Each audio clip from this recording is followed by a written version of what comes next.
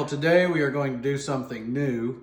I'm going to try to do some baby back ribs in about an hour, which sounds ridiculous, but we are going to use a Weber kettle with a Vortex and B charcoal.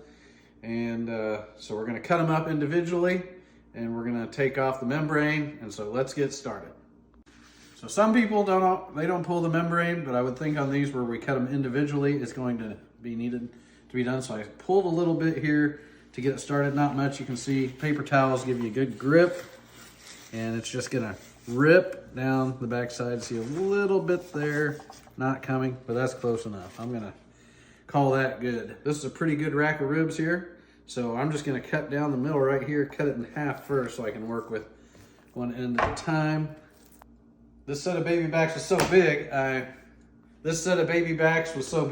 got my bigger cutting board so we could spread the rub, but I'm going to use this one we got from the 4-H called Old Gus Backyard Barbecue Rub. And then one I've used several times, Holy Voodoo. There's nothing holy about voodoo, but it's a good rub. So anyway, I'm going to rub them, and then we'll get ready to put them on the grill. So just going to rub each side. With the magic of film time, everything is already done. So I'm gonna let them sit for a second. It's always good to let a rub sit on it for a while to draw some moisture. And then I'm going to go start the grill and get the Vortex ready.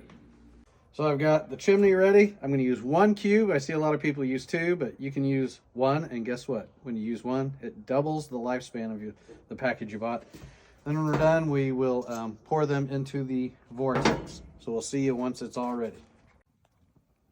So here it goes, it's ready. I'm gonna put the lid on, pull it down a bit, and then we'll be ready. I'm going to now put it on the grill, and I'll flip this around. You can see the meat right there, and we've got the grill right there. So we are going to arrange it, and then I'll get a video when we're done. And as you can see, it's running about 500. I've got the vent wide open, and that should do. And then in 20 minutes, I'm going to come and flip them directionally and what side they're laying on.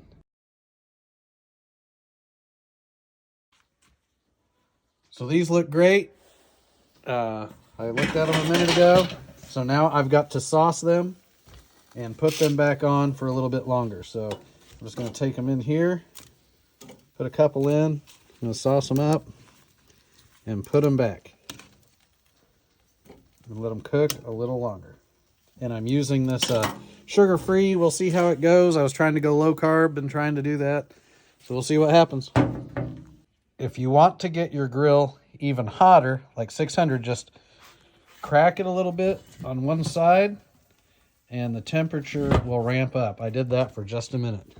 Make sure they caramelize well.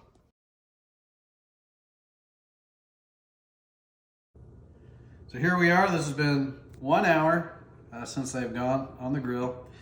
And I've let them rest just a little bit so I can take a bite, see what it's like. Never done this. Think they would have caramelized better if it was regular sauce.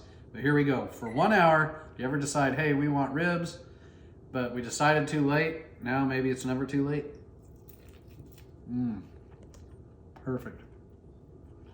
Actually, I'm really shocked. So you definitely have to try this. Highly recommend.